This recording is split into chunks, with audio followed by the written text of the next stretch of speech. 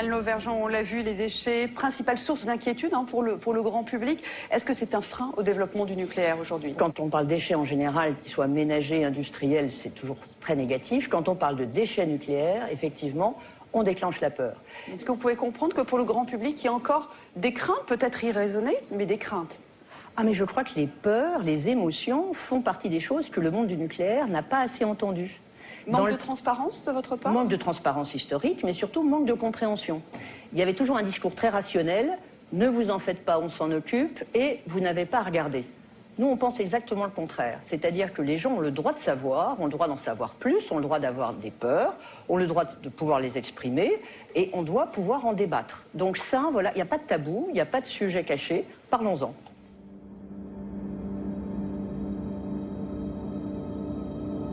Parlons-en. Depuis qu'elle existe, l'industrie nucléaire donne le sentiment de nager en eau trouble.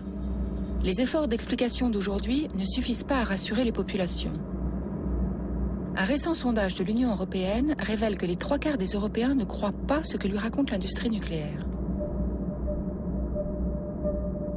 Au cœur de cette crise de confiance, la peur des déchets radioactifs. Alors parlons-en.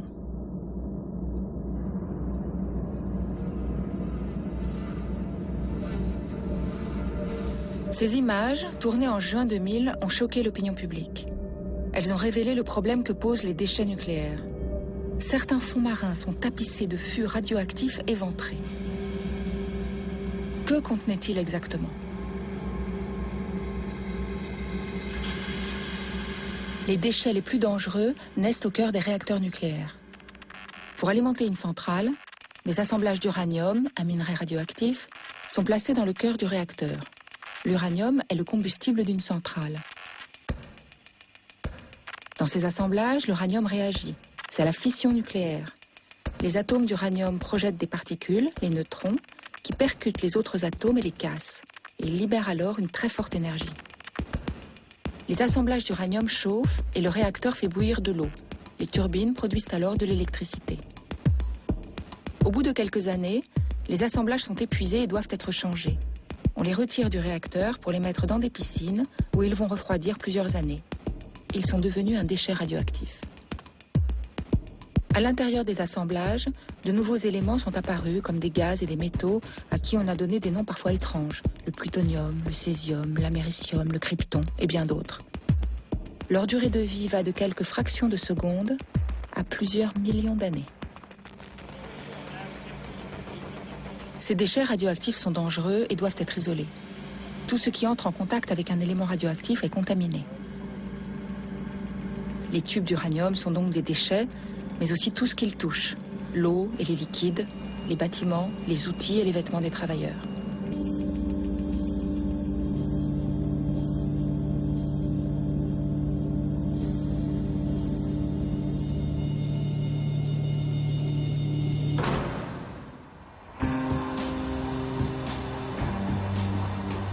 Nous partons enquêter à travers le monde pour comprendre comment les militaires et les industriels gèrent les déchets nucléaires. Représente-t-il un risque pour les populations?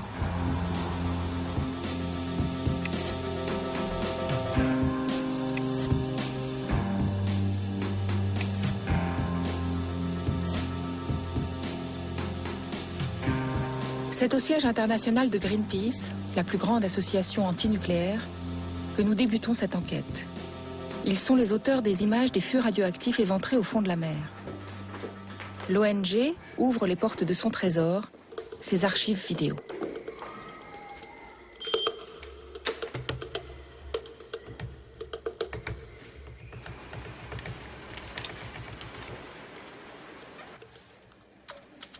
Mike Townsley a participé à toutes les campagnes contre les rejets de déchets radioactifs en mer. On est allé dans une zone très profonde de la Manche, un endroit qui s'appelle la fosse des Casquets, juste devant La Hague, entre La Hague et l'Angleterre, dans une zone de pêche, tout près des plages. Qu'avez-vous trouvé là-bas? Des fûts de déchets radioactifs rouillés, des fûts éventrés, des fûts vides. On peut voir la vie sous-marine, des poissons vifs dans les barils radioactifs. Alors la question qu'on se pose, c'est Où sont passés les déchets radioactifs? Les déchets sont dans la nature.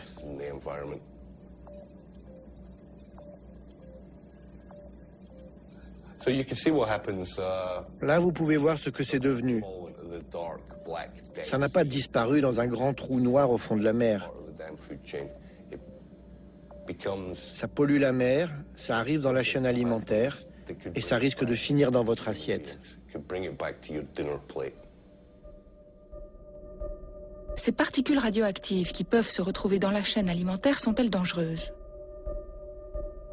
La radioactivité est un rayonnement qui peut pénétrer dans le corps.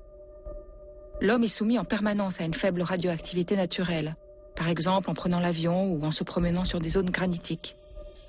Il est atteint plus fortement lors de l'explosion d'une bombe atomique ou en se retrouvant à côté d'une source radioactive.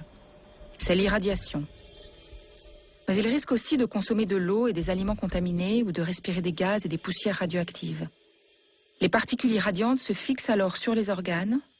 C'est la contamination. Le rayonnement radioactif est similaire à un mitraillage d'électrons. En pénétrant dans le corps, il casse les molécules d'ADN. Si l'irradiation est faible, le corps arrive parfois à réparer l'ADN. Mais lorsque le rayonnement est trop important, il n'y arrive plus.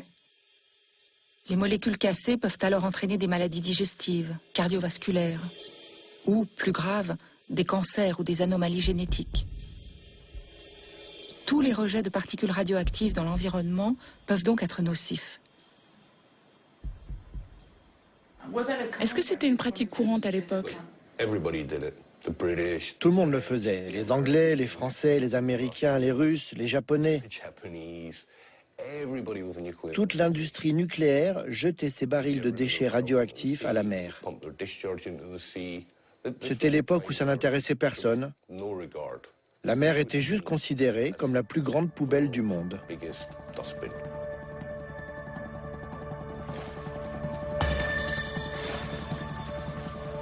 Les chiffres de l'Agence internationale de l'énergie atomique sont éloquents. En moins de 50 ans, les pays nucléarisés ont immergé plus de 100 000 tonnes de déchets dans les différents océans. Les Britanniques ont, à eux seuls, rejeté 80% du total. Et la Suisse, qui n'a pourtant aucune côte, arrive seconde au palmarès.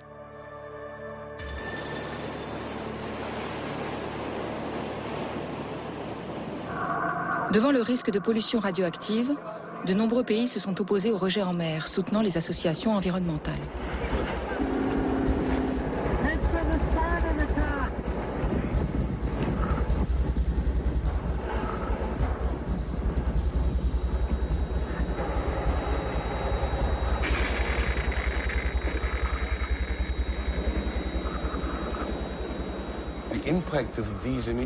Grâce à l'impact de ces images, on a fini par remporter une victoire.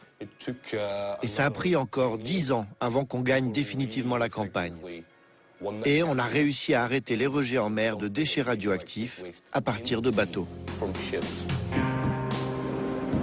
En 1993, un traité des Nations Unies a finalement interdit l'immersion de tout déchet nucléaire. La France est la dernière à signer l'accord. Cette interdiction est une victoire pour la protection de l'environnement. Mais de nombreuses zones d'ombre existent encore sur la gestion des déchets radioactifs. Le nucléaire a été développé par l'armée et il est très difficile de savoir ce qu'ils ont fait avec les déchets. Beaucoup d'informations sont protégées par le secret militaire.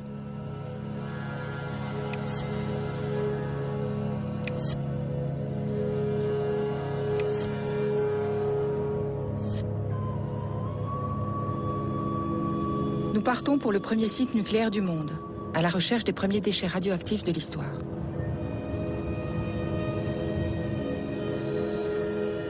En 1942, en pleine Seconde Guerre mondiale, le site de Hanford est choisi par l'administration Roosevelt pour développer l'arme nucléaire. C'est le projet Manhattan. Construit en plein désert, le camp de Hanford devient une métropole de baraques et de caravanes abritant 51 000 personnes. 9 réacteurs nucléaires et 5 usines de plutonium sont fabriquées à la hâte.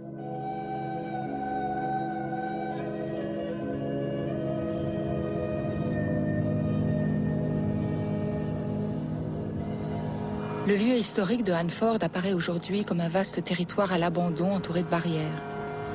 La plupart des installations militaires semblent fermées. Le département de l'énergie américain, propriétaire du site de Hanford, refuse de nous laisser entrer.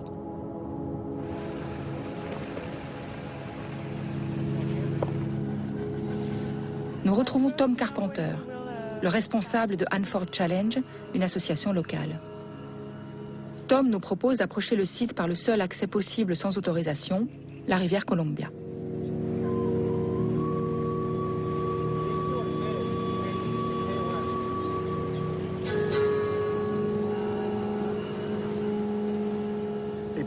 Ils ont choisi un endroit isolé. Comme ça, si jamais il y avait un problème, une explosion par exemple, elle ne tuerait pas beaucoup de personnes et la contamination ne toucherait qu'une région dont personne ne se soucie trop.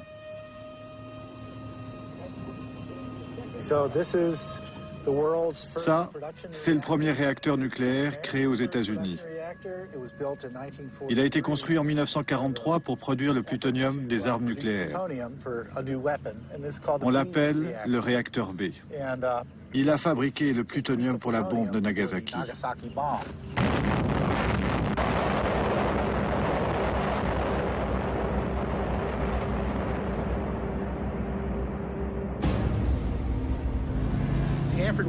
Hanford a été un lieu secret pendant de très nombreuses années. Personne n'avait la possibilité de connaître tous les accidents et tous les problèmes qui se sont produits dans le passé. Par exemple, comment ils ont irradié les habitants. C'était un site d'expérience pour fabriquer la bombe et les déchets nucléaires n'étaient pas leur problème. Ils avaient entre autres besoin de l'eau du fleuve pour refroidir les réacteurs.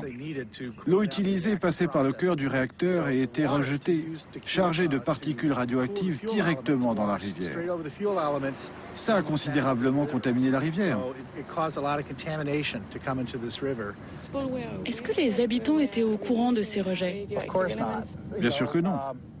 C'était un secret, couvert par le projet Manhattan et par l'armée américaine.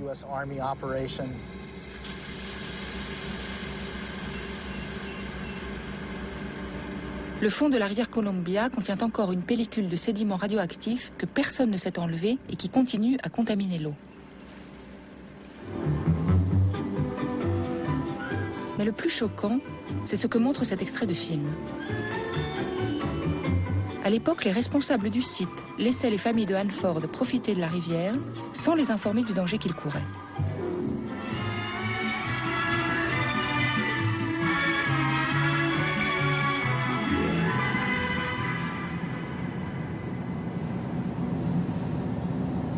Alan Bolt habite la petite ville de Richland, à quelques kilomètres du site. Il était l'un des ingénieurs nucléaires de Hanford. Je suis arrivé à Hanford en 1963. J'avais juste 21 ans et je venais de finir mes études. J'étais jeune, je croyais mes chefs. Je suivais leurs ordres. En fin de compte, j'ai réalisé que pendant 20 ans, ce qu'ils me disaient n'était pas tout à fait vrai. Hanford n'était pas vraiment un bon site parce que les déchets de l'usine étaient rejetés dans l'environnement. J'étais très choqué par les fortes concentrations des produits chimiques. En 20 ans, ils ont construit tout ça et ça a foutu le bordel.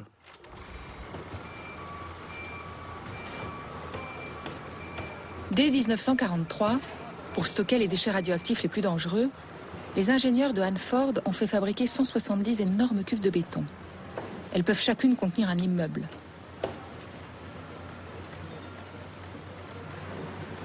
Ces cuves ont ensuite été enfouies dans le sol pour réduire les risques. Cette solution de stockage devait être provisoire. Malheureusement, les ingénieurs ont découvert dans les années 80 que 60 cuves de déchets fuyaient, contaminant la nappe phréatique. Aujourd'hui, il reste encore 200 millions de litres de mélasse très radioactive qu'il faut neutraliser au plus vite. Des caméras placées à l'intérieur des cuves nous les font découvrir.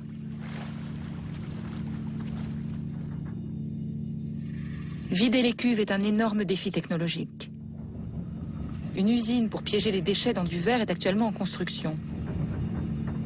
En attendant, sous les cuves, la contamination radioactive progresse toujours.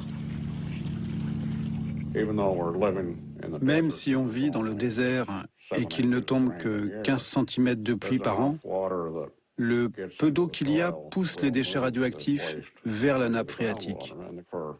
Donc, pour des centaines de milliers d'années à venir, les nappes phréatiques autour du site resteront toxiques.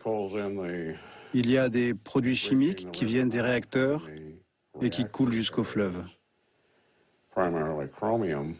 Le chrome, par exemple, va affecter les bancs de saumon. Il pondent sur le sol, le chrome remonte et contamine les œufs. C'est toxique pour les alevins.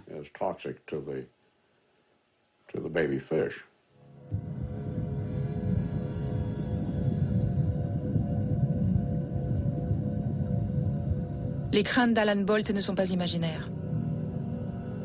En 2002, un rapport officiel fait pour le département de l'énergie américain annonce qu'il y a du strontium 90, un élément radioactif, dans les poissons de la rivière Columbia. 13 poissons sur 15 pêchés autour du site sont contaminés. Leur consommation régulière multiplie la probabilité d'avoir un cancer. Nous voulons établir un bilan scientifique des pollutions de la rivière. Nous y allons avec Bruno Charéron, un ingénieur en physique nucléaire. Il travaille à la CRIRAD, un laboratoire indépendant d'information et de recherche sur la radioactivité. Nous sommes accompagnés d'un scientifique américain, Norm Bursky. Il a déjà fait des études sur les végétaux contaminés de Hanford.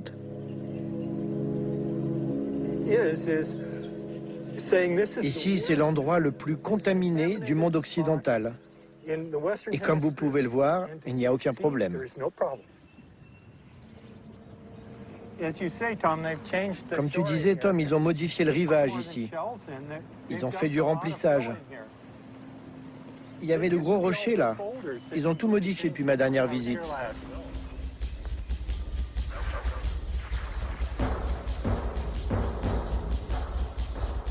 La dernière fois que Norm est venu faire des prélèvements, le département de l'énergie américain a très mal réagi. Les agents de sécurité l'ont arrêté. Aujourd'hui, les autorités semblent avoir changé de méthode.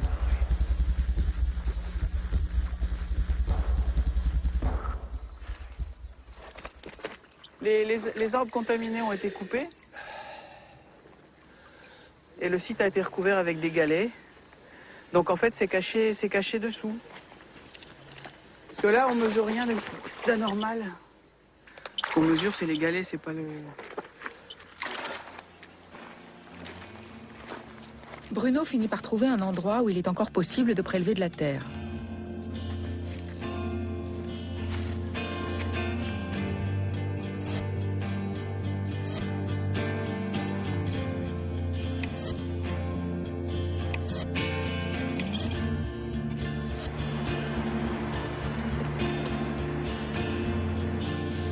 Au laboratoire de la CRIRAD, l'équipe scientifique analyse la terre et l'eau de la Columbia River.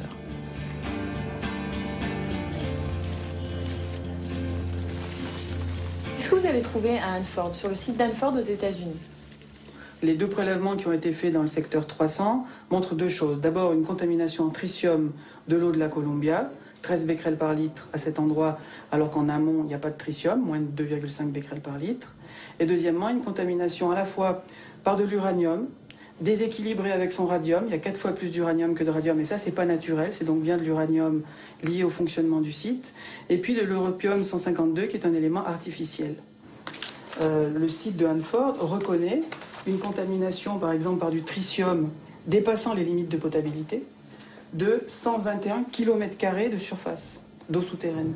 En clair, ce site continue à fuir en permanence, à entraîner des éléments radioactifs dans les eaux souterraines qui progressivement migrent vers la Columbia River parce que pour certains d'entre eux, iode 129 et technétium 99, il n'y a pas de méthode de décontamination opérationnelle.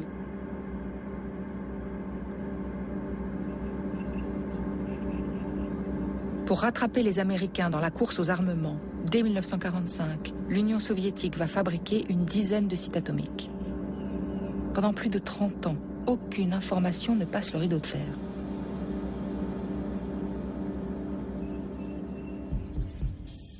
En 1976, Joris Medvedev, un dissident soviétique, révèle qu'il y a eu un très grave accident radioactif dans l'Oural, un Tchernobyl avant l'heure.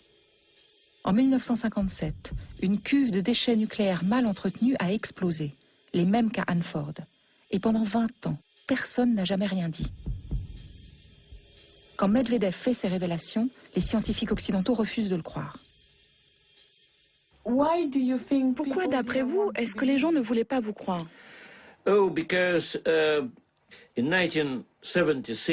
Parce qu'en 1976, tous les pays occidentaux se posaient la question de développer ou non l'énergie nucléaire.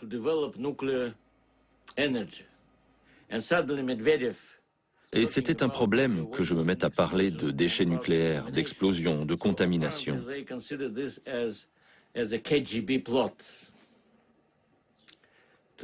Pour résoudre le problème que je leur posais, ils ont décidé de dire que c'était un complot du KGB, fait pour effrayer l'opinion publique occidentale. Le responsable des questions nucléaires en Grande-Bretagne a déclaré que ce que je disais était faux, que c'était impossible. En fait, la CIA savait que c'était vrai, mais elle gardait le secret. Pourquoi? Probablement pour la même raison. Ils ne voulaient pas causer de problème à l'industrie nucléaire. On leur avait conseillé de ne rien dire. Mais le problème des déchets existe toujours. Il existe bien au Japon, en Angleterre, aux États-Unis, en France, en Russie et dans d'autres pays. Et comment ils gèrent les déchets nucléaires, ça, nous l'ignorons. Nous partons en Russie. L'accident nucléaire de 1957 a eu lieu dans l'Oural, dans la région de Tcheliabinsk. Les informations précises sur cette explosion sont rares, et pour cause. Caché par la CIA, les Russes et toute l'industrie nucléaire, cet accident a révélé que les déchets radioactifs n'étaient pas seulement polluants, mais aussi explosifs. Le site nucléaire de Mayak est depuis 1946 le lieu de production des bombes atomiques russes. Le jumeau du site américain de Hanford. C'est une ville fermée, interdite aux étrangers. Pendant longtemps, elle ne figurait même pas sur les cartes et avait différents noms de code. La cuve de déchets qui a explosé en 1957 était à proximité de cette ville secrète. Ce lieu reste inaccessible.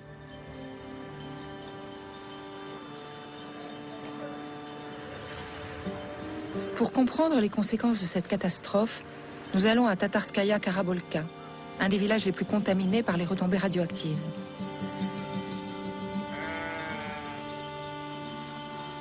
Gulshara Ismagilova avait 12 ans le jour de l'accident. Ce 29 septembre 1957, comme à chaque récolte, 1500 écoliers étaient dans les champs pour aider les ouvriers du kolkhoz. Qu'est-ce qu'on vous a dit à ce moment-là?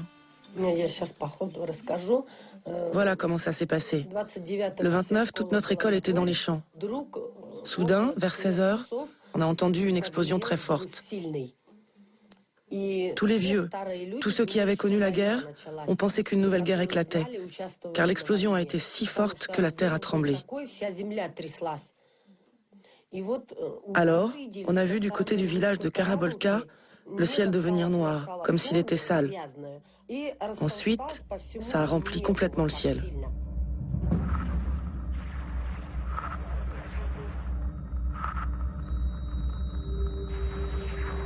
Ce que les habitants ignoraient, c'est qu'une cuve de déchets radioactifs de très haute activité venait d'exploser à cause d'une panne de système de refroidissement. L'explosion eut une puissance équivalente à 75 tonnes de TNT. Des radioéléments ont été projetés à plus d'1 kilomètre d'altitude, contaminant près de 15 000 km². Plus de 200 personnes moururent sur le coup et 270 000 furent exposées aux radiations. Cet accident nucléaire est le plus grave que le monde ait connu avant Tchernobyl. Mais tout fut gardé secret. 2 jours après la catastrophe, les ouvriers du kolkhoz retournèrent à l'école chercher les enfants pour travailler dans les champs.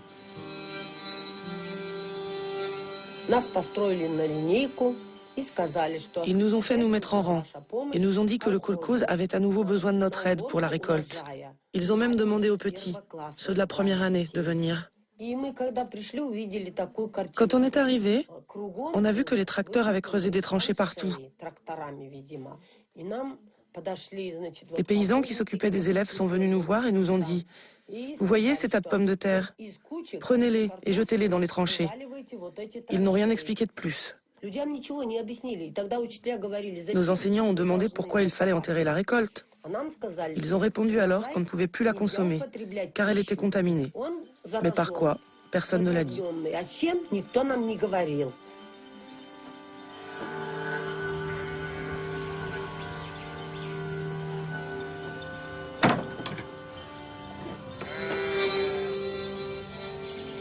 Nous n'arrivons pas à obtenir un bilan précis de la catastrophe. Des études existent, mais rien ne prouve leur fiabilité. Et aucun registre de cancer public ne nous permet de connaître l'impact sanitaire sur les habitants des villages. La région reste très marquée par l'accident et 800 km² de territoire contaminé sont fermés. Le site de Mayak et ses activités restent secrets.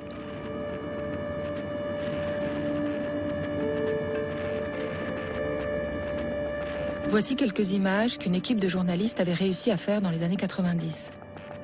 La transparence apportée par la perestroïka leur avait permis d'entrer sur le site. La réalité qu'ils découvrent alors est apocalyptique. Depuis le début, les usines de plutonium de cet énorme complexe militaire rejettent leurs déchets liquides dans des lacs transformés en immenses réservoirs à ciel ouvert. Le lac Karachai est devenu tellement dangereux que les autorités ont décidé de le reboucher. Opération délicate commentée par le journaliste d'ITN. Nous transportons un chargement de pierres que nous venons de prendre à la décharge et nous l'apportons au lac Karachai. Nous sommes dans un camion blindé, les vitres sont blindées, le toit et les côtés sont blindés avec 5 tonnes de plomb. Malgré toute cette protection, on nous dit que pour arriver jusqu'au lac, décharger les pierres et revenir, nous n'avons que 12 minutes. Tout ça à cause de la puissance de la radiation près du lac. Le lac Karachai est l'un des lieux les plus radioactifs de la planète. Quand les chauffeurs s'approchent du liquide, la radiation est tellement forte qu'ils ne doivent pas mettre plus de 3 minutes pour déverser leur chargement de cailloux. J'espère qu'on ne va pas tomber en panne. Aujourd'hui, le lac Karachai est rebouché. Pour stocker les déchets nucléaires que le complexe continue de produire, les ingénieurs ont creusé d'autres lacs plus grands. Il s'agit toujours de réservoirs radioactifs à ciel ouvert, mais plus dilués. Nous découvrons cependant que les lacs de déchets sont à la source et contaminent le principal cours d'eau de la région, la rivière Tetcha. Elle alimente de nombreux villages avant de se jeter dans le fleuve Ob, qui traverse toute la Sibérie jusqu'à la mer de Kara.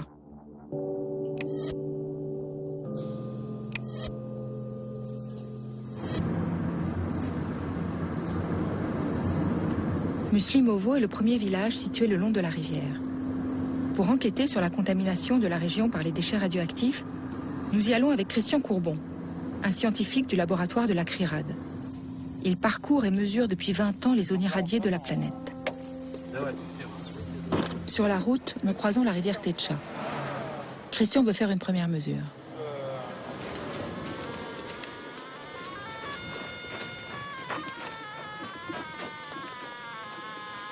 Oula, déjà c'est chaud là. Juste là. Juste au pied des escaliers, on est à 1400 chocs secondes. Ce qui est assez élevé. Le radiamètre permet de mesurer le niveau de radiation. Il indique que l'endroit est effectivement contaminé. Bon là, toujours au bord, là je suis à 2000 encore. Hein. Lisière de l'eau, 2004, 2006, 2008, 3000, 4000, 5000. C'est complètement pourri là. Là c'est hallucinant. 5000 chocs secondes, c'est 50 fois le niveau de radioactivité naturelle.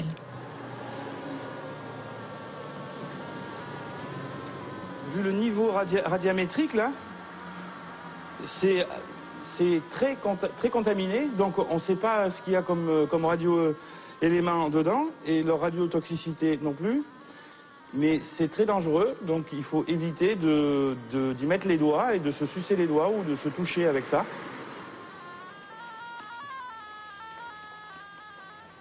Là je suis monté à 16 000.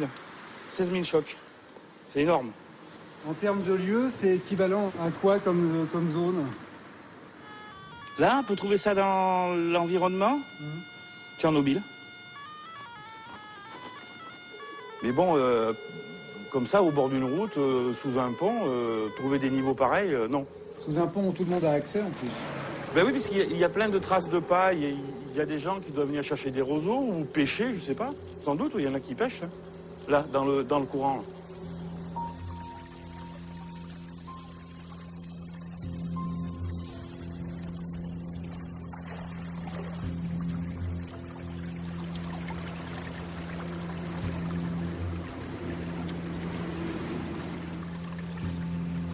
L'accès de cette rivière devrait être fermé. Je ne devrais pas pouvoir être là à ce moment, maintenant. C'est une poubelle nucléaire en pleine nature, avec des niveaux d'irradiation énormes. Je pense aux gens qui ont dû construire le pont neuf là à côté. Ils ont dû prendre des bonnes doses et bien se contaminer. D'ailleurs, il faudrait qu'on parte là aussi pour limiter notre dose. Et c'est assez rare que ça m'arrive dans l'environnement de devoir quitter un lieu à cause de ça, quoi. À cause de...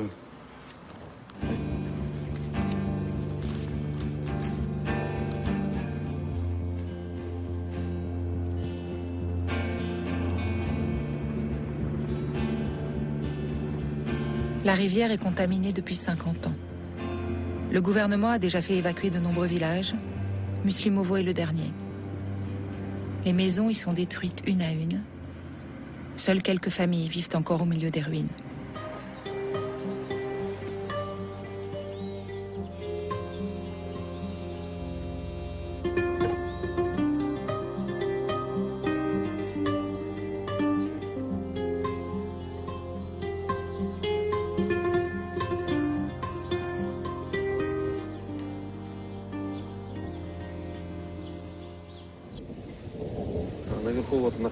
Là-haut, il y avait un internat.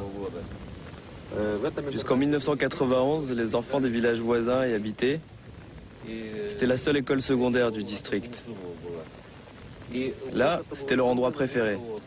Ils s'y reposaient, pêchaient des poissons, jouaient, bronzaient. Et ici, c'est l'endroit le plus contaminé de Muslimovo. Les grand-mères venaient ici avec leurs oies.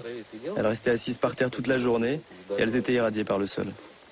Aujourd'hui, tous ces gens sont morts.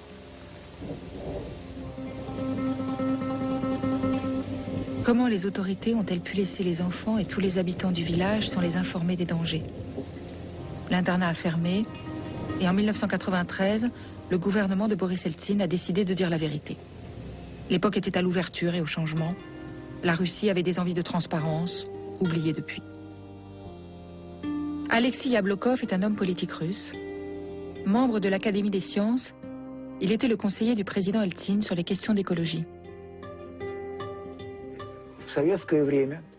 À l'époque soviétique, tout ce qui était lié au nucléaire était secret.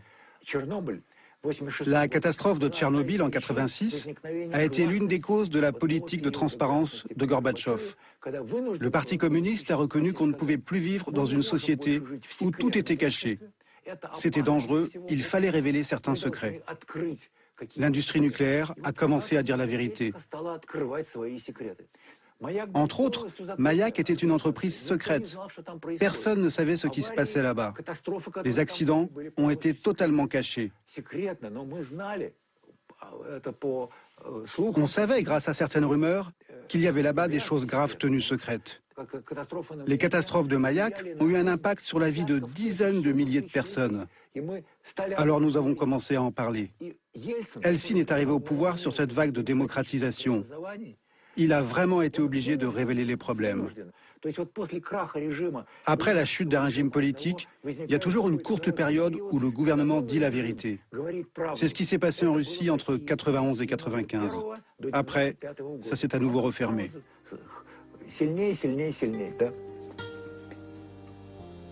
Depuis 1995, il est de nouveau très difficile d'obtenir des informations en Russie. À Muslimovo et le long de la rivière Tetcha, il reste aujourd'hui une génération entière sacrifiée au nom du secret nucléaire. Le gouvernement propose 1 million de roubles aux habitants pour quitter le village, soit environ 20 000 €. Ces indemnités ne permettent pas à tous de partir. Certains ont décidé de s'accrocher à cette terre qui est la leur. Combien de personnes de notre village sont déjà mortes de cancer? Mais qu'est-ce qu'on peut faire? Où aller? Avec nos petites retraites, nous resterons vivre ici jusqu'à notre mort, on n'a pas le choix. Est-ce qu'on vous a expliqué ce que vous pouviez consommer? Ils disent qu'il faut amener tout de l'extérieur. Mais comment faire sans mon potager? Qu'est-ce que je peux acheter avec 80 € par mois?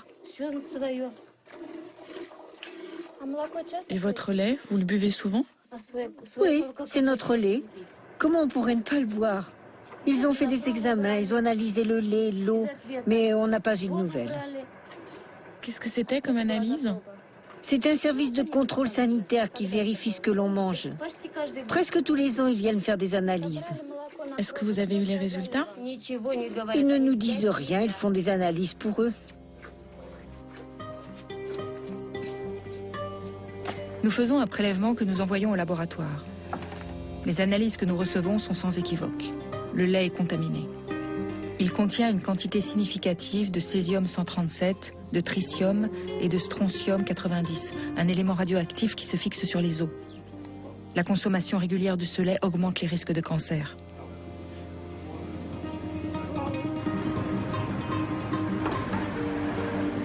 À Tcheliabinsk, la grande ville voisine, se trouve le FIP, l'hôpital spécialisé dans le nucléaire, qui analyse le lait et où la population passe régulièrement des examens, sans jamais connaître les résultats.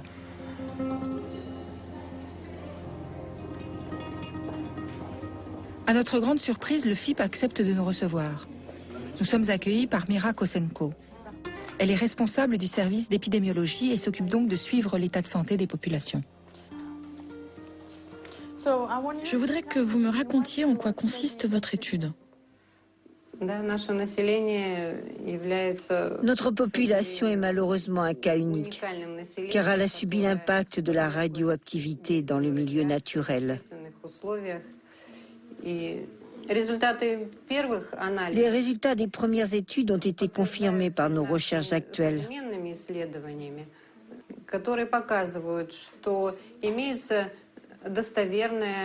Elles montrent qu'il y a une relation évidente entre la dose d'irradiation reçue et le taux de cancer,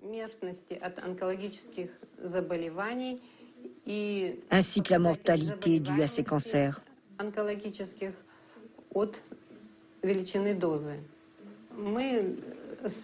Nous avons constitué un groupe d'individus comprenant des habitants des villages situés sur les bords de la Tetcha. Ce groupe est constitué d'environ 30 000 personnes. Aujourd'hui, nous les observons depuis 50 ans. Ce médecin avoue donc que la population de Muslimovo est étudiée depuis les années 50. Ils ont laissé volontairement plusieurs générations vivre en territoire contaminé.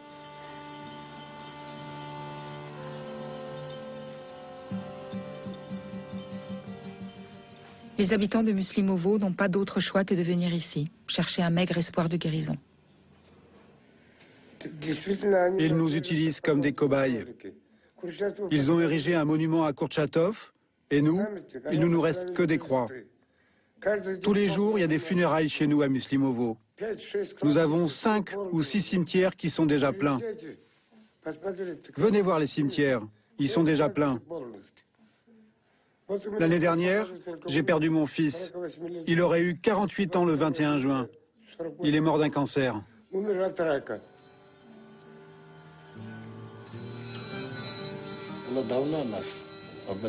Il aurait fallu nous prévenir depuis longtemps. Et puis nous déplacer. Nous vivons là-bas comme des cobayes. C'est peut-être pour ça qu'ils nous laissent vivre là-bas. C'est notre destin.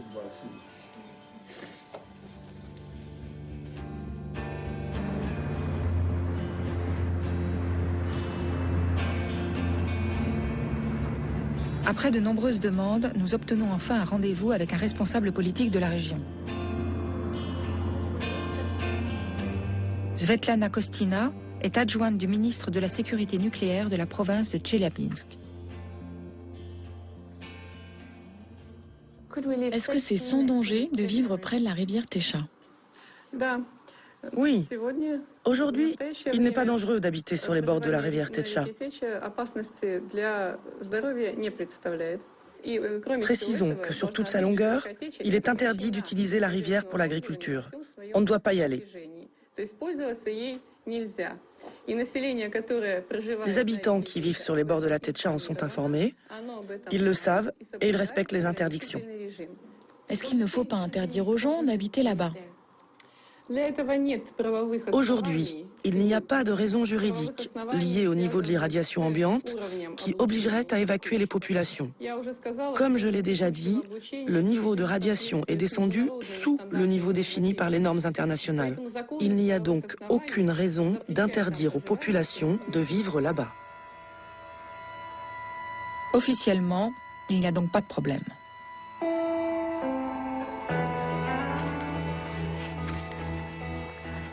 Dans Muslimovo, les bords de la rivière Techa sont interdits d'accès. Mais les mesures de protection sont faibles. Les animaux et les habitants l'utilisent toujours.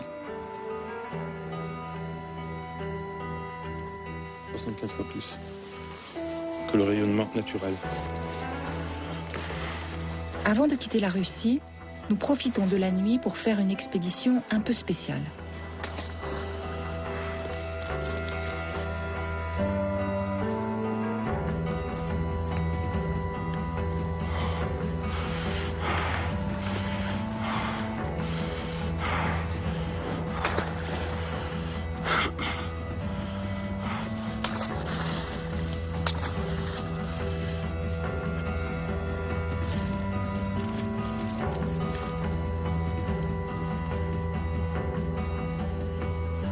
C'est gros ou pas? Ouais. Super.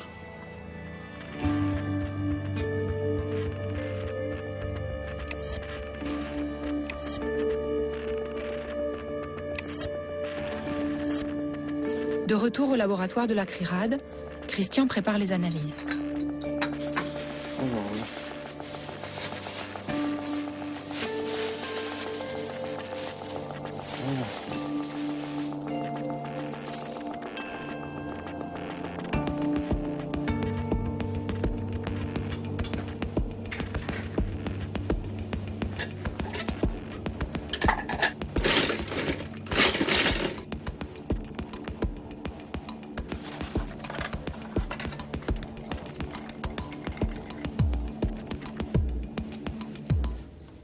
Donc ça, c'est la terre que tu as prise sous le pont. Hein. Ça, c'est la terre de berge T1, sous le pont de la route M5. Bon, on va faire un premier comptage tout de suite et puis on l'affinera dans les jours qui viennent. Voilà. Donc c'est T1 T1. Ok. Les échantillons sont placés dans une chaîne de comptage. Ici. Elle va mesurer leur niveau de radioactivité et détecter la présence de certains radioéléments.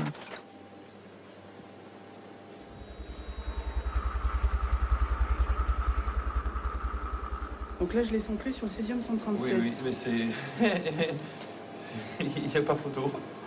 Il y a une bonne contamination au césium 137. Hein. Ah oui, ça c'est plus que net. C'est même énorme. Après plusieurs jours, les résultats définitifs sont prêts. Alors, les analyses en laboratoire montrent d'abord qu'il y a toujours aujourd'hui une contamination importante de l'eau de la rivière Techa par du tritium, ce qui n'apparaît pas dans les publications officielles. Deuxièmement, cette contamination de l'eau a induit et continue à induire une forte accumulation, en particulier de césium 137 dans les terres des berges, avec des concentrations en césium qui transforment vraiment ces terres en déchets radioactifs. On a mesuré jusqu'à 180 000 becquerels par kilo dans la terre prélevée au niveau du pont. Et donc, évidemment, des doses de radiation pour les populations qui marchent sur ces sols qui sont importantes. Ensuite, puisqu'il y a une contamination de l'eau, des sols, il y a ensuite transfert vers la chaîne alimentaire, contamination des poissons. On a mesuré plus de 600 becquerels par kilo sec dans les poissons prélevés à Muslimovo.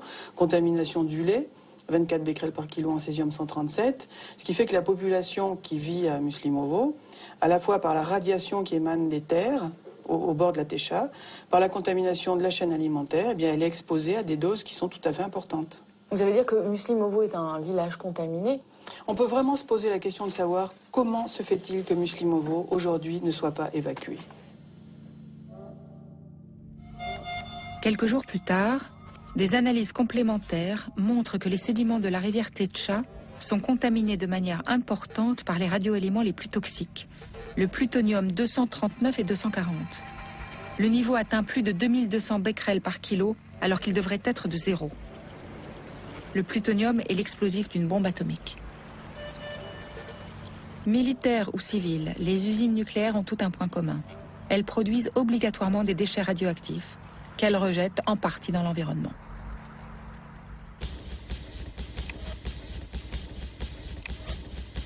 La France possède elle aussi son usine atomique. L'usine de retraitement des déchets de La Hague est du même type que celle de Mayak.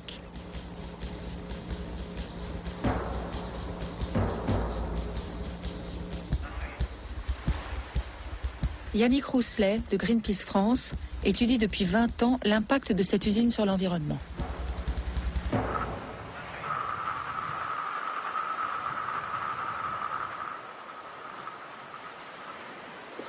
Donc là, en fait, on se trouve juste dans l'alignement de la sortie du tuyau de rejet radioactif, donc qui vient de l'usine Cogema de La Hague. Donc juste derrière moi, il y a l'usine Cogema, et puis ce tuyau, il part en mer, 4,5 km de conduite, et il se rejette à 1700 mètres de l'extrémité de la pointe de La Hague.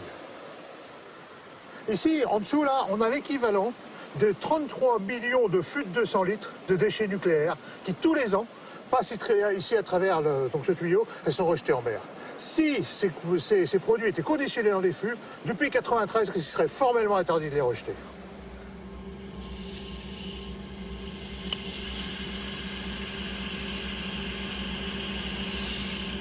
L'accord international de 1993 avait interdit les rejets radioactifs en mer, mais à partir des bateaux seulement. Cela peut sembler paradoxal, les rejets par les conduites terrestres restent bien légaux.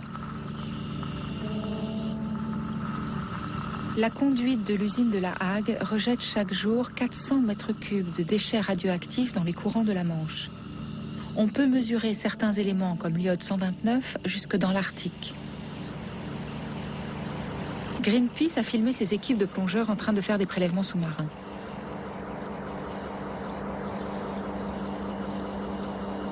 Les analyses réalisées au laboratoire de la CRIRAD montrent que certains fonds marins sont devenus de véritables déchets radioactifs. Cette conduite rejette césium, cobalt et autres éléments que l'on retrouve ensuite dans toute la chaîne alimentaire, dans les algues, les crustacés, les mollusques.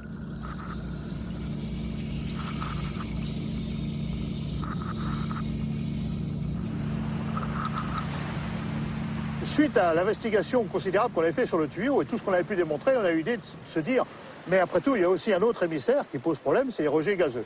Donc là, on a dit, mais comment on pourrait faire? Alors on s'est dit, la meilleure solution pour se mettre à hauteur des cheminées, c'est d'utiliser des cerfs-volants. Donc on a pris de très très grands cerfs-volants, sur lesquels on a monté le long du câble un petit tuyau, et puis on a pompé l'air, on a pompé le gaz à la hauteur des cheminées, à l'extérieur de l'établissement, et regardez ce qu'il y a dans le panache. Et c'est là où on a trouvé des seuils extrêmement importants de dizaines de milliers de becquerels par litre d'air de tous les produits radioactifs rejetés par l'établissement de La Hague. Finalement, ça n'avait jamais été mesuré, on était les premiers. Suite à ces mesures de krypton qu'on a fait dans l'environnement, on s'est dit quand même, ça serait bien de regarder un petit peu ce qui se passe concrètement. Et donc on a utilisé pour ça un logiciel américain, qui est celui qu'utilise Cogema, pour regarder la dispersion de ce krypton 85. Et alors là, on a pris la source de krypton, qui part de cette cheminée, et on a regardé comment ça se disperse sur l'Europe. Et on s'aperçoit qu'en 2-3 jours, suivant la direction des vents, mais l'ensemble de l'Europe est concerné par ces rejets. On a fait des expériences où on peut mesurer, on peut fixer facilement le calendrier de cisaillage des combustibles de Cogema La Hague sur le toit de l'université de Gand en Belgique ou sur le toit de l'université de Genève. Il faut voir que, en fait, ces rejets de La Hague, on est quasiment dans la situation d'un accident permanent. C'est comme si on avait un problème sur une centrale nucléaire et que finalement, on avait un rejet permanent. On est en situation accidentelle permanente, mais légale.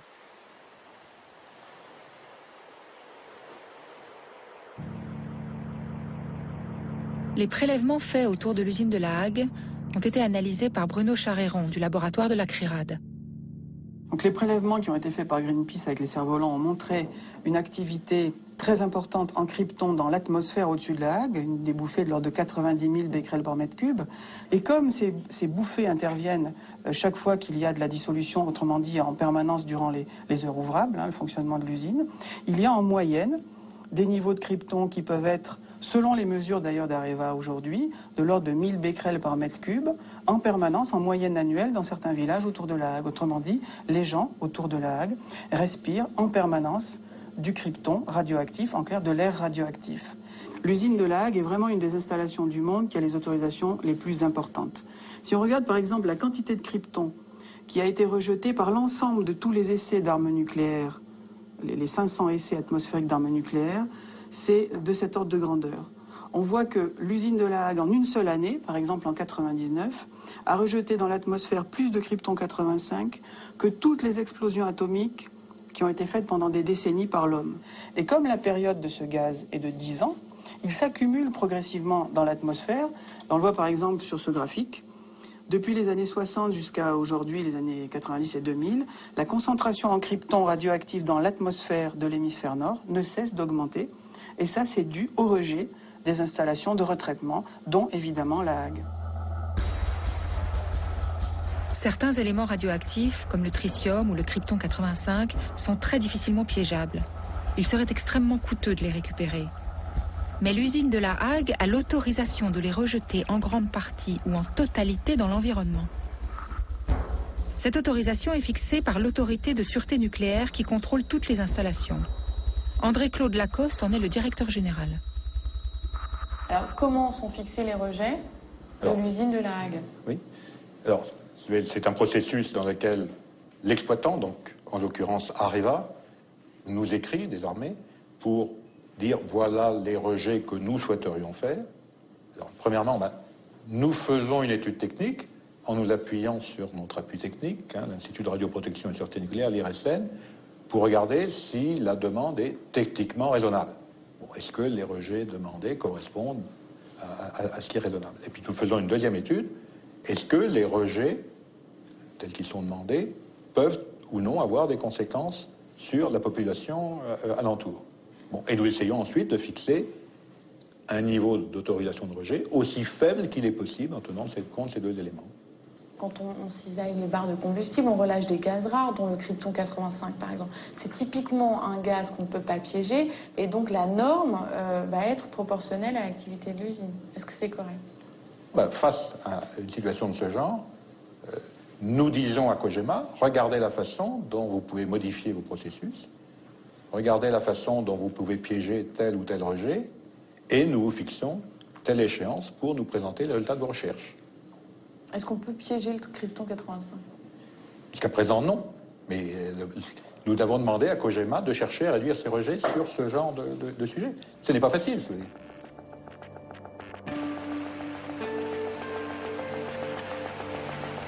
L'usine de La Hague a sa propre équipe qui fait des prélèvements et contrôle ses retombées radioactives. Nous rencontrons son responsable, accompagné du directeur de la communication du site. Est-ce que les rejets de l'usine contaminent l'environnement? Non, je ne parlerai pas de contamination. Nos seuils de mesure sont tels que on détecte la radioactivité naturelle. Et donc, nous sommes dans le bruit de fond de la radioactivité naturelle. Donc, si on ne parle pas de contamination, on parle de quoi?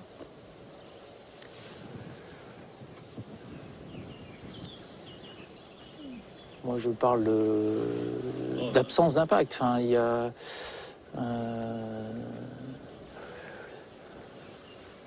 Bon, enfin, on va la refaire, là, parce que je...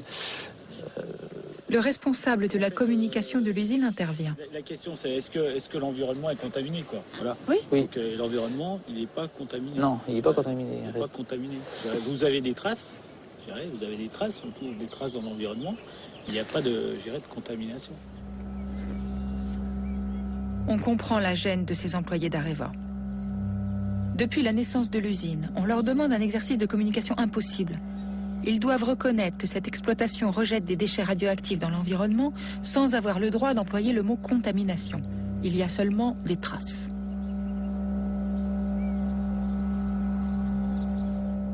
On sait qu'il y a des rejets radioactifs dans l'environnement, mais l'industrie nucléaire nous dit que ces rejets ne sont pas dangereux puisqu'ils sont en dessous des normes sanitaires. Le problème, c'est que lorsqu'Areva dit « nous sommes en dessous des normes », la bonne question, c'est est-ce que ces normes sont pertinentes? Et le problème, c'est qu'elles ne le sont pas. Ces normes sont basées sur le modèle Hiroshima-Nagasaki, où là-bas, les gens ont été exposés à une irradiation intense, mais externe et très courte. À La Hague, ça n'a rien à voir. Les gens qui vivent autour respirent en permanence, mangent en permanence des éléments faiblement contaminés de l'air de la chaîne alimentaire. Et donc, leur corps reçoit à de très faibles niveaux, mais en permanence, des doses de radiation à l'intérieur. C'est ce qu'on appelle une contamination interne, chronique, à très faible niveau. C'est pas du tout le même système, c'est pas du tout le même modèle. Et on l'a bien vu, par exemple, à Tchernobyl. En se basant sur ce modèle d'Hiroshima et Nagasaki, les scientifiques avaient dit, autour de Tchernobyl, on ne constatera jamais d'augmentation de cancer, c'est pas possible. Et puis au bout de 5 ans, ils se sont aperçus qu'il y avait une épidémie massive de cancer de la thyroïde chez les très jeunes enfants. Et ils ont été obligés de reconnaître que le modèle était faux. Eh bien, autour des installations nucléaires, c'est le même problème. On applique un modèle de risque qui n'est pas représentatif. Donc il y a bien autour de La Hague un impact de contamination de l'environnement et il est très probable que ça conduise à un impact sanitaire. Et c'est pourquoi utiliser ce modèle pour prédire le nombre de gens qui auront un cancer autour de La Hague, c'est une absurdité scientifique.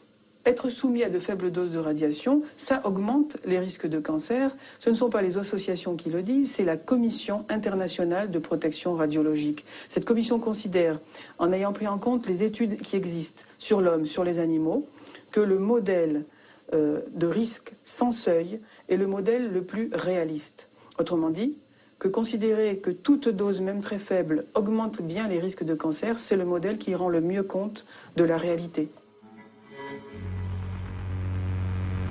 Les usines de retraitement sont responsables de 80% des rejets radioactifs en Europe. Les associations environnementales et certains politiques vont jusqu'à remettre en cause leur nécessité. Pourquoi retraiter les déchets? Notre enquête nous conduit à dresser un bilan précis de cette technologie qui est présentée comme un recyclage.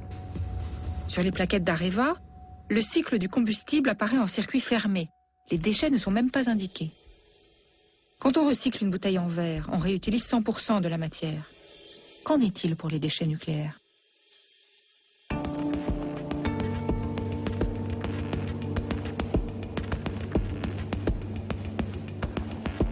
Le groupe Areva joue la transparence et nous permet de visiter l'usine de La Hague avec Éric Blanc, son directeur.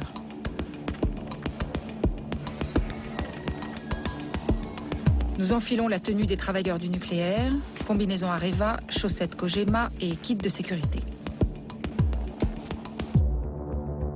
Les combustibles usés des 58 centrales françaises et de certains pays étrangers arrivent à La Hague par train et par route.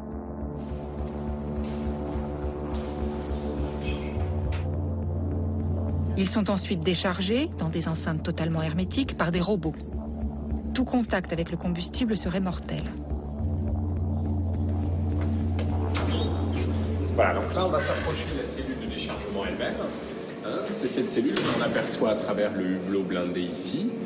On aperçoit le pont de déchargement dont la pince est en train de descendre sur la tête de l'élément combustible. Et on va voir l'élément combustible lui-même qui va être soulevé. Après le déchargement, les combustibles sont placés dans des piscines en attendant d'être retraités. Ils doivent encore refroidir et perdre de leur activité.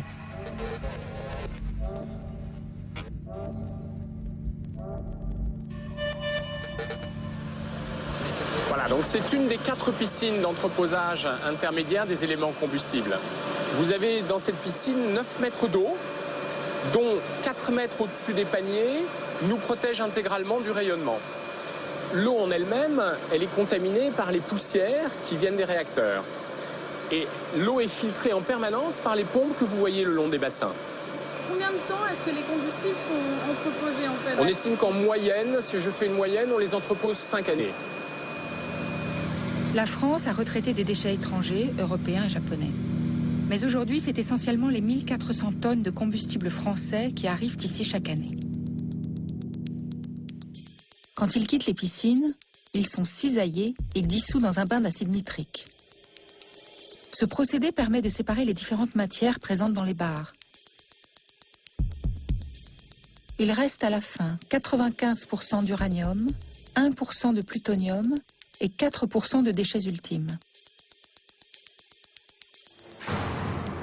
La visite de cette usine démontre que le retraitement ne fait donc pas du tout disparaître la radioactivité comme beaucoup le pensent, mais il la concentre dans des déchets ultimes. Ils sont extrêmement dangereux car ils contiennent à eux seuls 99% de cette radioactivité. Ils sont coulés dans du verre fondu. Les containers de verre sont entreposés à La Hague dans des puits ventilés. Nous avons l'autorisation de les visiter. Si on prend l'exemple d'un réacteur de 1000 MW, ce réacteur va produire chaque année 20 tonnes de combustible usé. Et nous allons produire à partir de ces 20 tonnes de combustible entre 15 et 20 conteneurs de verre. Donc quelque part, un réacteur va fournir en termes de déchets de haute activité l'équivalent de cette surface au sol. Et si on transforme ça en parc nucléaire français, tout ce que la France consomme comme électricité nucléaire, 80%, eh bien, va générer chaque année uniquement cette surface en termes de déchets de haute activité. La surface des containers vitrifiés est effectivement faible. Mais certains de ces déchets de haute activité vont rester très dangereux pendant plusieurs centaines de milliers d'années.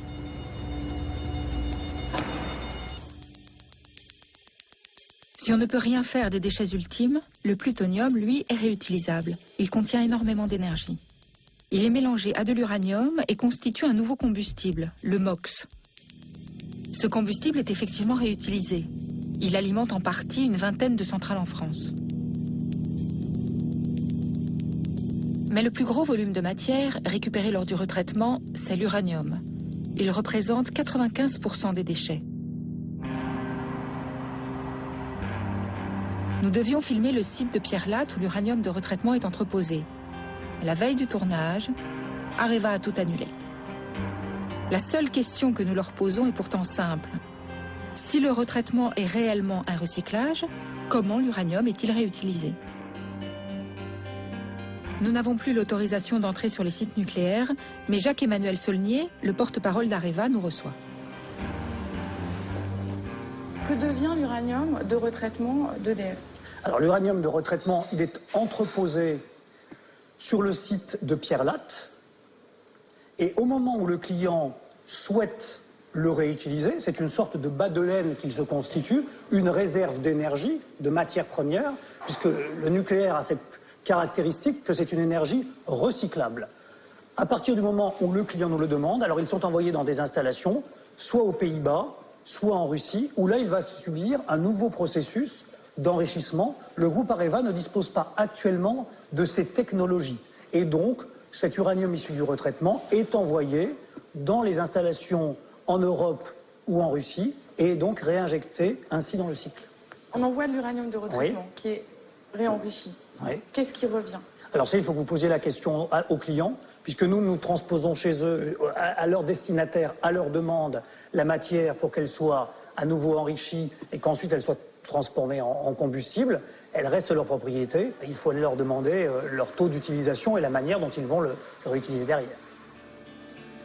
Le client en question, c'est EDF. L'uranium français part donc en Russie.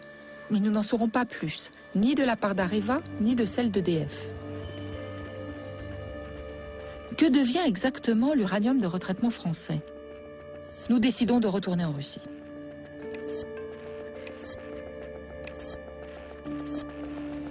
À Moscou, nous retrouvons Vladimir Tchouprov de Greenpeace Russie. Il enquête depuis plusieurs années sur les trafics d'uranium entre la Russie et l'Europe. Les matières qui viennent de France partent en fait à Tomsk, au milieu de la Sibérie. Vladimir nous y accompagne.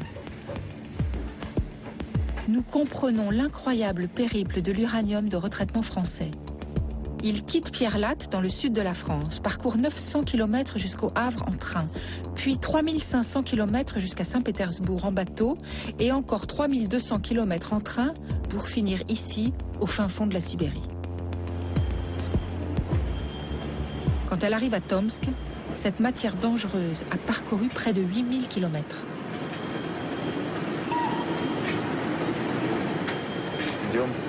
Alexis Toropov est le contact de Vladimir à Tomsk. Il lui fournit toutes les informations sur les activités de la région. Il me semble que par là, il y a... Attention, ne parle pas trop fort, il ne faut pas que les cheminots nous repèrent et entendent ce qu'on dit.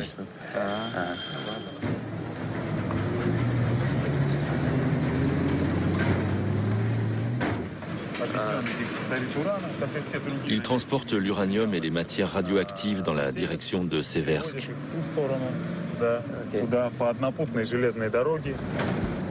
Les transports d'uranium ne s'arrêtent pas à Tomsk. Ils ne font que traverser la ville et se rendent à quelques kilomètres de là, dans le complexe nucléaire de Tomsk 7. Comme tous les centres atomiques russes, Tomsk 7 est une ville fermée aux étrangers.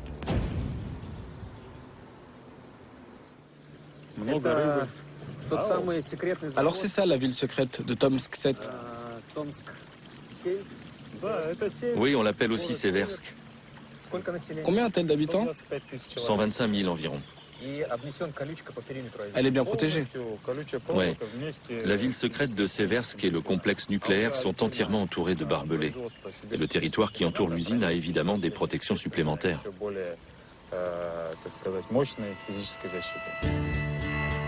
Derrière ces barrières infranchissables, l'uranium de retraitement français est enrichi, mais nous ne pourrons pas le voir. La Russie a accepté de faire ce travail depuis les années 90. L'enrichissement permet de fabriquer du nouveau combustible pour les centrales. À cette époque, le pays en faillite n'avait plus les moyens d'entretenir ses installations nucléaires, ni de payer son personnel. L'État et l'industrie nucléaire avaient donc proposé aux pays étrangers d'importer leur combustible irradié. Le développement de ce commerce de déchets radioactifs et de matières nucléaires a soulevé une forte opposition.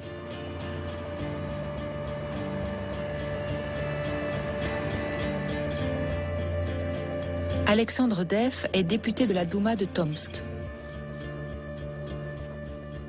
Quel est le pouvoir des hommes politiques par rapport à l'importation des déchets?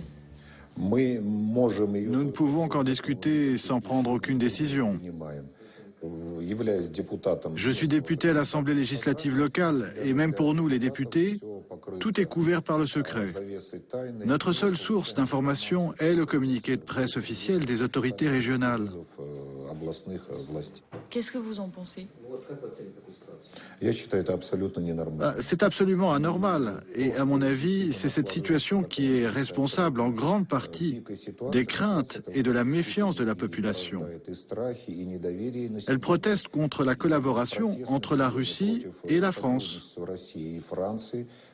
Car à cause de tous ces secrets, beaucoup d'habitants de Tomsk sont persuadés que la France envoie ici ses déchets radioactifs pour les enterrer.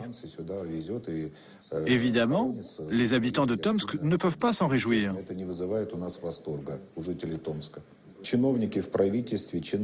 Les fonctionnaires du gouvernement et de l'industrie nucléaire doivent toucher des sommes très importantes pour l'importation de ces déchets radioactifs.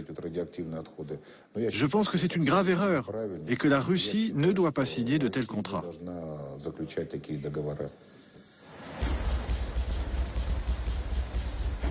Depuis 1990, plusieurs centaines de tonnes d'uranium de retraitement français empruntent chaque année cette voie. Que deviennent-elles? Ça, c'est le train. Ça, c'est le train, oui. C'est celle-là. Creusez un peu sur l'image. Ça, c'est l'usine militaire avec les tours de refroidissement. Oh, mais qu'est-ce que c'est que ça? Voilà ce qu'on cherche. Voilà le problème. Ce sont les conteneurs d'hexafluorure d'uranium stockés sur le territoire sibérien. Et comme vous pouvez le voir, chaque point représente un conteneur. Ils mesurent tous 10 mètres. C'est pour ça qu'on peut les voir du satellite. L'image de ces champs entiers de containers est impressionnante. Ils sont à ciel ouvert, sans protection particulière. Nous voulons avoir la confirmation qu'il s'agit bien de l'uranium et obtenir des détails sur l'activité de l'usine.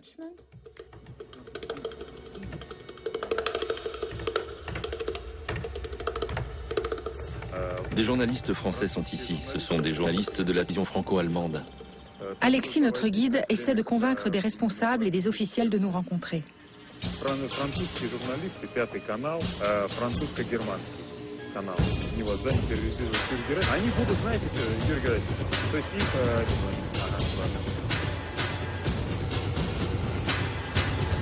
Те журналисты, поэтому они могут... Окей. Bonne nouvelle. Yuri Zubkov va répondre à nos questions.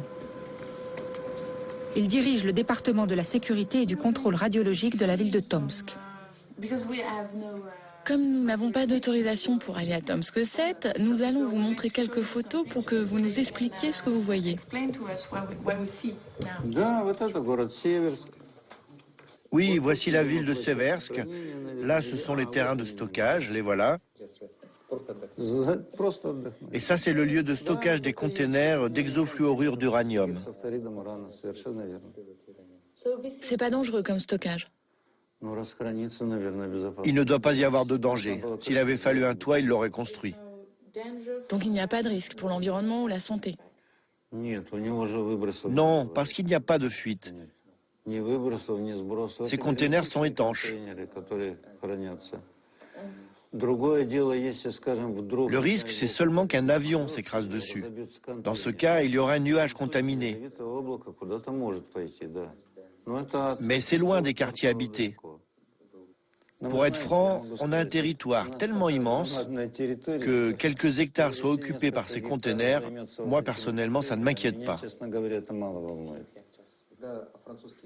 Alors, que devient l'uranium français une fois qu'il est arrivé ici? Ici, on le transforme. On le transvase des containers utilisés pour le transport dans des containers locaux. Ensuite, on l'enrichit en uranium 235 pour pouvoir en faire du combustible pour les centrales nucléaires. Après la transformation, ce combustible est renvoyé en France sous forme de gaz enrichi.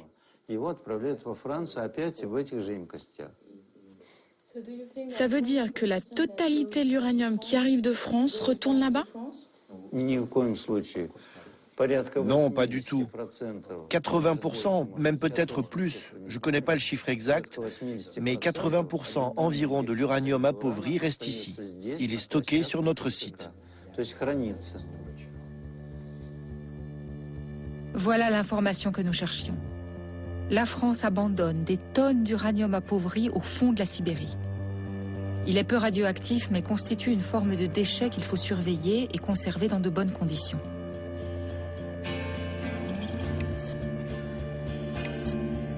De retour en France, nous sollicitons de nouveau EDF. Ils finissent par confirmer l'information découverte en Russie. Les tels d'uranium, c'est-à-dire la matière qui reste après enrichissement, est laissée en Sibérie et devient la propriété des Russes. Elle représente 90% de la matière. Cette nouvelle donnée change le bilan du recyclage.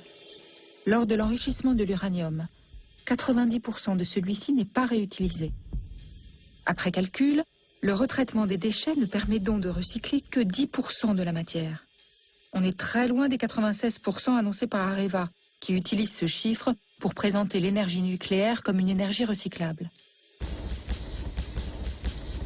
Ce faible taux de recyclage se fait en plus au prix de transports dangereux, de pollution et de rejets radioactifs dans l'environnement. Le choix du retraitement est donc discutable. Seuls 3 pays dans le monde ont opté pour cette pratique. La France, l'Angleterre et le Japon. Les autres n'ont pas pour autant réglé le problème des déchets. Aux États-Unis, les barres de combustible irradié sont placées dans des containers renforcés, stockés aux alentours des centrales.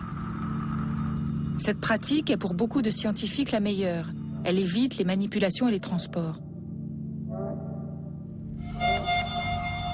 Mais la technique la moins coûteuse et la plus répandue à travers le monde est de laisser tout simplement les combustibles irradiés dans de grandes piscines, en attente d'une éventuelle solution.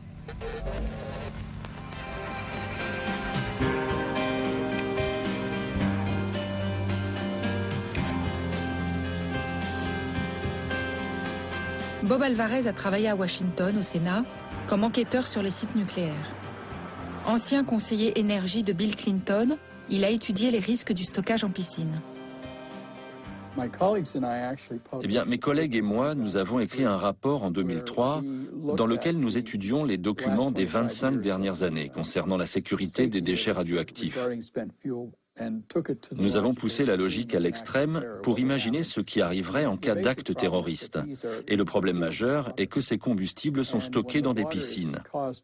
Et s'il n'y a plus d'eau, le combustible s'échauffe et s'enflamme. Un tel incendie de déchets radioactifs libérerait d'énormes quantités de radiation dans l'air et provoquerait une contamination 4 fois supérieure à celle relevée à Tchernobyl. Les populations devraient quitter leur habitation avec l'interdiction d'y revenir, et ce sur une étendue équivalente à 4 fois celle de Tchernobyl. Bien entendu, nous avons été dénoncés et attaqués par l'industrie nucléaire et par le gouvernement. Et le Congrès a demandé à l'Académie nationale des sciences d'étudier ce problème. Et en 2005, l'Académie a déclaré que nous avions raison, qu'on ne pouvait ignorer ce problème et qu'il fallait s'en occuper plus sérieusement.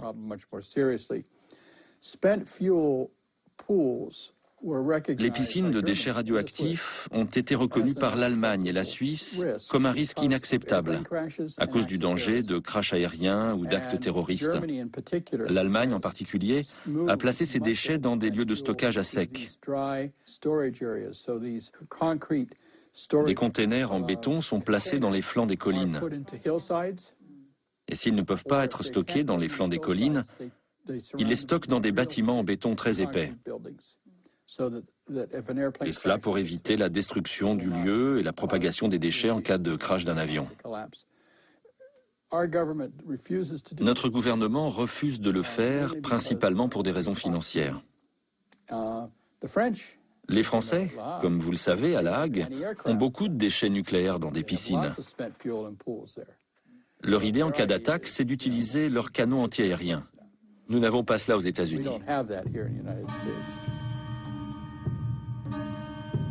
Au moins 450 piscines contenant des déchets radioactifs sont dispersées dans tous les pays nucléarisés.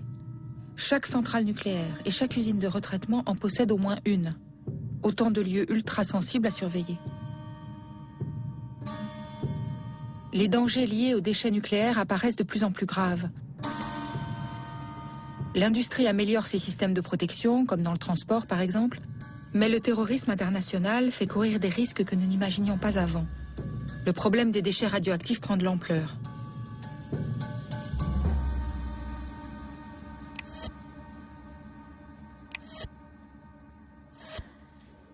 Corinne Lepage a été ministre de l'Environnement en France.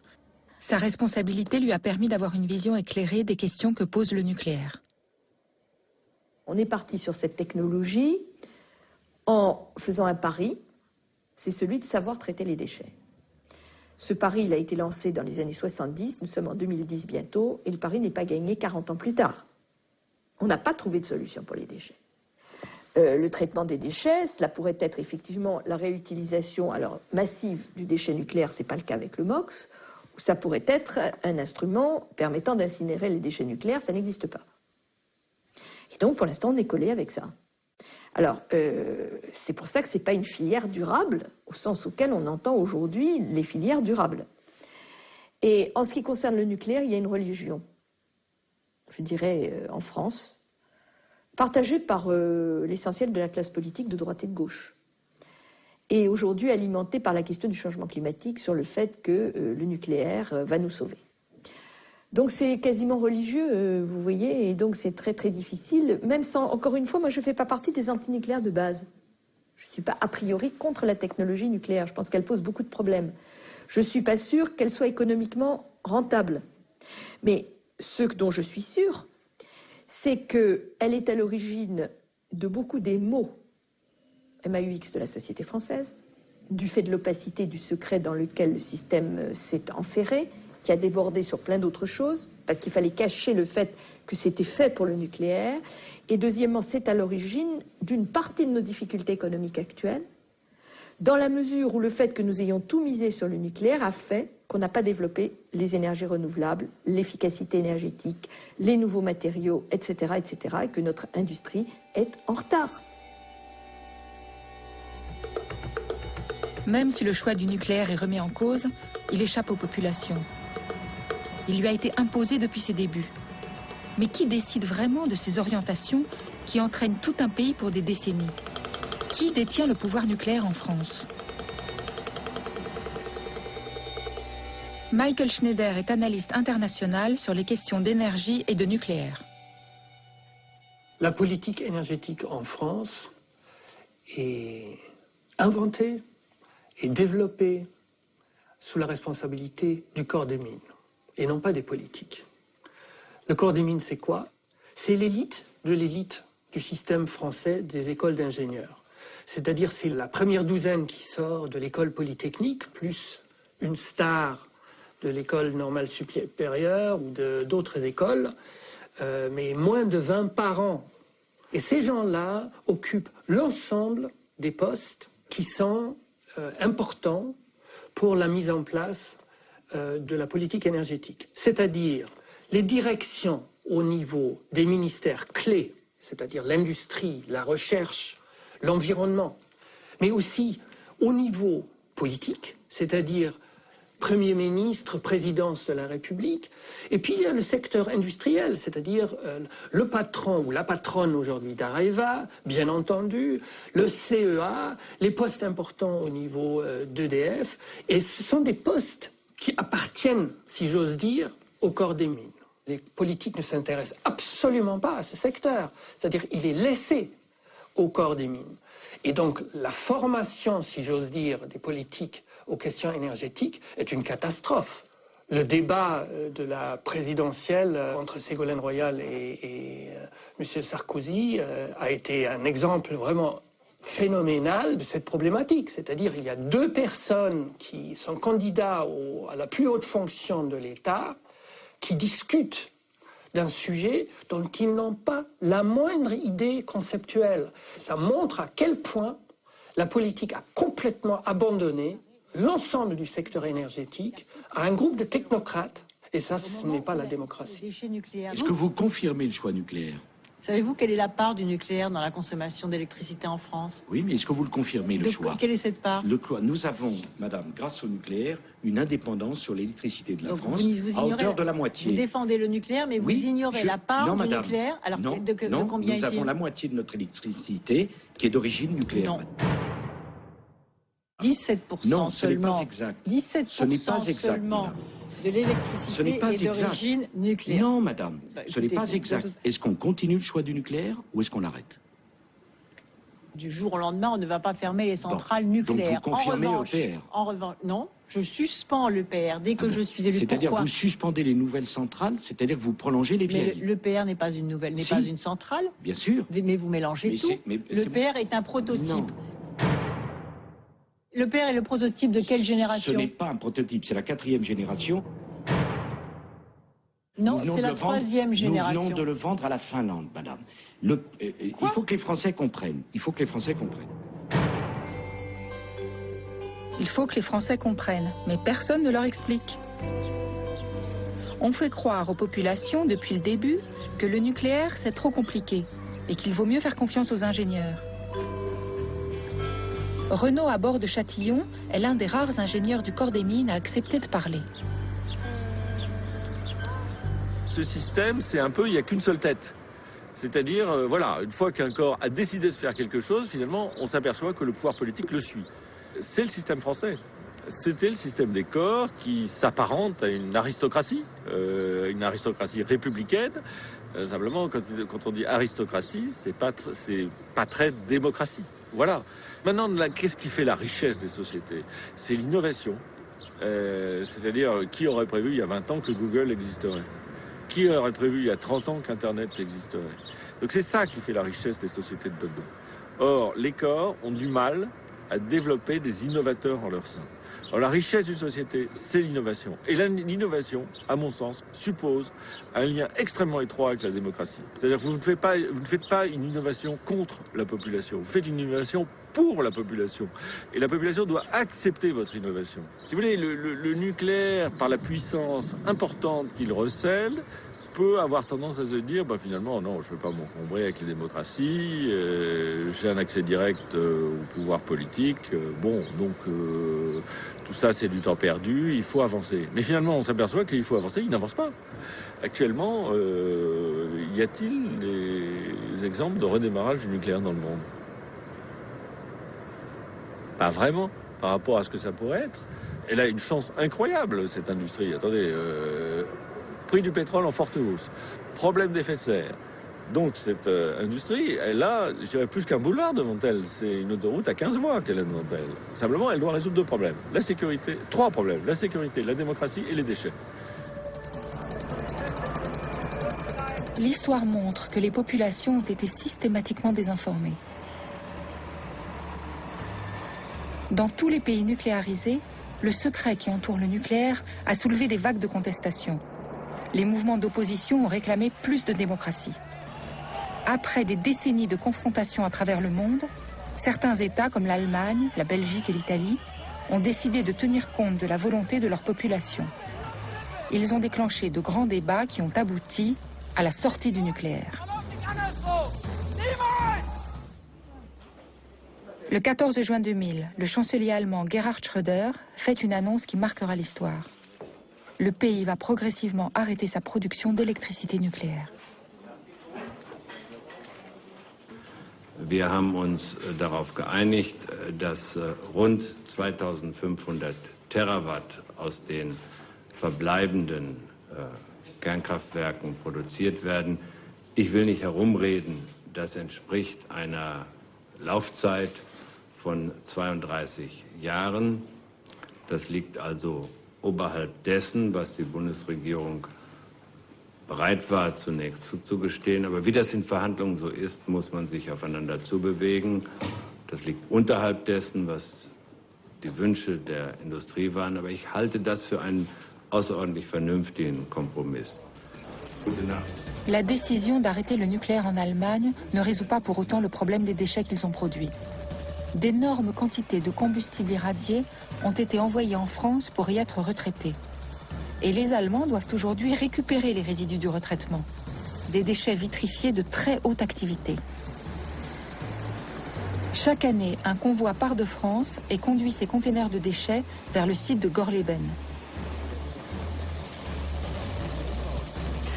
Ces transports focalisent la lutte antinucléaire et sont systématiquement le théâtre de nombreuses manifestations et affrontements.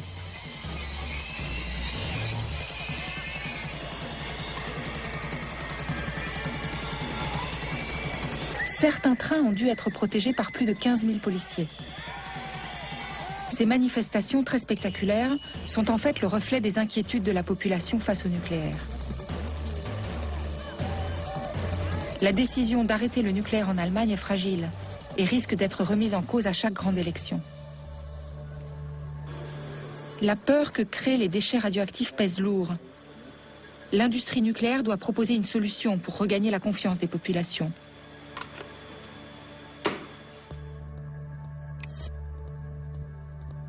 La recherche actuelle annonce qu'elle aura peut-être un début de solution en 2050 avec la transmutation.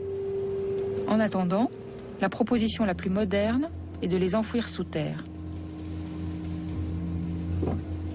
Le site de Bure, dans la Meuse, a été choisi pour installer un laboratoire unique au monde. Une équipe de scientifiques teste ici la possibilité de stocker les déchets radioactifs en très grande profondeur.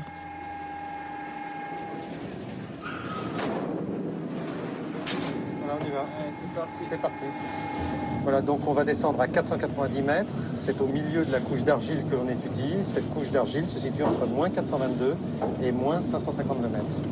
Actuellement, Jacques Delay, le chef du service scientifique du laboratoire, et Marc-Antoine Martin, responsable de la communication, nous font visiter les lieux. Actuellement, il doit y avoir 30-35 personnes.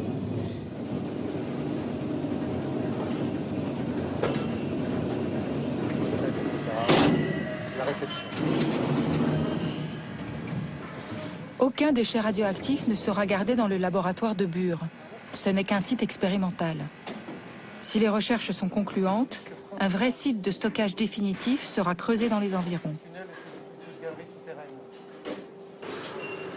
Ce laboratoire se trouve au milieu d'une énorme bulle d'argile, choisie pour son caractère imperméable.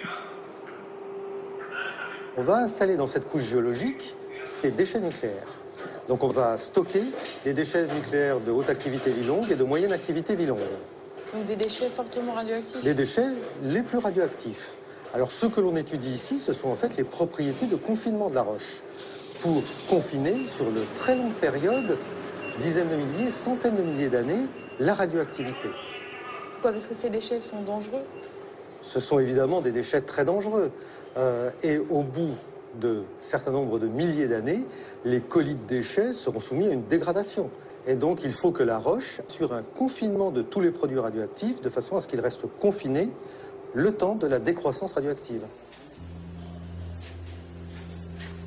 Le béton, l'inox et le verre qui enferment la radioactivité finiront par disparaître. Les déchets seront relâchés et traverseront lentement la couche d'argile pour remonter à la surface. Les déchets seront dangereux au moins 200 000 ans. Ils ne doivent pas ressortir dans la nature avant. Les calculs des ingénieurs et leurs choix sont d'une importance capitale pour l'avenir. Dans 100 ou 200 ans, les galeries contenant les déchets seront certainement rebouchées. Il ne sera alors plus possible de faire marche arrière. Alors il faut bien voir que donc, le stockage, s'il est construit dans les années 2025-2030, a environ 70 ans à un siècle d'exploitation. Au bout de cette phase d'exploitation, 70 ans, un siècle, eh bien ce site sera surveillé pendant peut-être encore 200 ans derrière. Au-delà, s'il peut continuer à être surveillé, il sera surveillé, mais il est possible que la mémoire soit perdue. Et donc il est important que le stockage en lui-même soit sûr, de sorte que même si la mémoire était perdue, eh bien il ne puisse pas arriver quelque chose de dommageable. On peut imaginer qu'un jour, quelqu'un fasse de l'archéologie et redécouvre ces fûts? C'est une bonne question. On a eu cette question de la mémoire qui est venue souvent de la part du public. Et on a eu deux opinions qui sont apparues un peu spontanément dans les débats. Des gens qui ont dit non, non, le stockage, il faut absolument qu'on le marque en surface par des œuvres gigantesques, peut-être par de l'art, parce que l'art, on le préserve, on s'en souvient, c'est beau, par des pyramides, des choses comme ça. Et comme ça, les hommes du futur se souviendront que là, il y a un stockage. Et puis il y a eu d'autres opinions, des gens dans la foule, qui ont dit mais non, non, au contraire, il faut banaliser, parce que si on laisse une trace, et si on ne l'oublie pas, alors l'homme du futur sera aussi curieux que nous et il y aura un archéologue du futur qui va se précipiter pour aller chercher le stockage. Alors après, ça c'est presque de la poésie, j'ai envie de dire. On est dans la science-fiction. Toujours est-il que là, chacun peut avoir tort ou a raison. Ça, je donne rendez-vous dans 100 000 ans pour le savoir. Mais dans tous les cas, on en revient à cette question de la mémoire ou de la confiance. Est-ce qu'il vaut mieux faire confiance à l'homme, à la société, pour gérer les déchets ou à la géologie? C'est aussi ça la logique du stockage. Aller chercher de la stabilité en profondeur, quoi qu'il advienne en surface.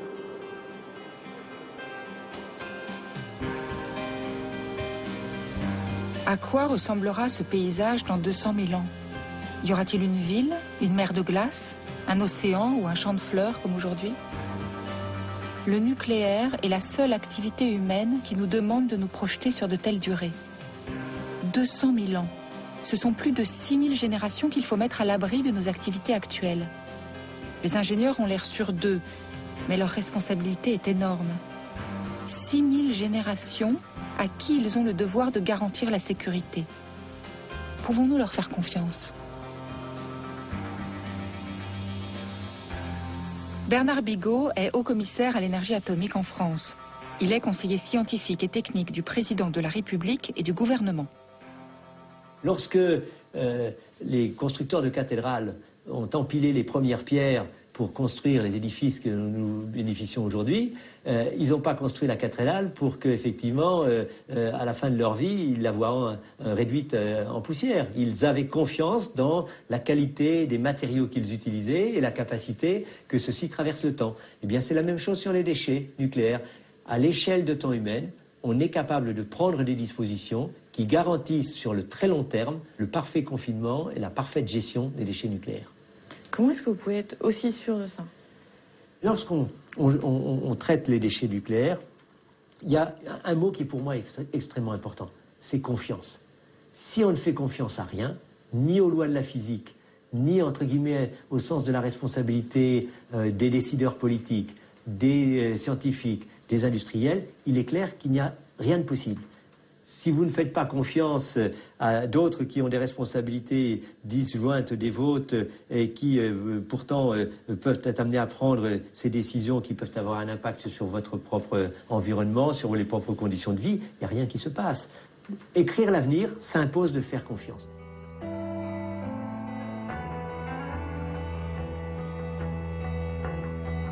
Pour terminer cette enquête, nous avons un dernier rendez-vous avec Hubert Reeves. Nous avions envie de demander à l'astrophysicien le plus reconnu ce qu'il pense de cette technologie qui nous engage sur 200 000 ans. Le problème du nucléaire, je dirais, c'est d'hypothéquer l'avenir. Hypothéquer l'avenir entre le moment où vous mettez un réacteur en marche et le moment où vous l'avez démantelé, il peut y avoir plus d'un siècle. Est-ce qu'un seul régime politique a pu durer un siècle? Est-ce qu'il y en a beaucoup dans l'histoire? Il y en a très peu. On voit aujourd'hui l'Argentine qui a été très riche à un moment donné, qui devient très pauvre, l'Union soviétique qui s'effondre. On ne peut pas parler de stabilité politique à l'échelle de 1000 ans, en tout cas.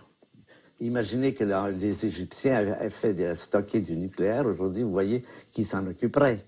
Je pense que c'est effectivement un peu délirant de penser pouvoir gérer l'avenir à des périodes comme celle-là, quand on regarde le passé de l'histoire humaine, quand on voit les changements, les bouleversements et tout ça. Pour moi, c'est un peu délirant, ça, je dois bien le reconnaître.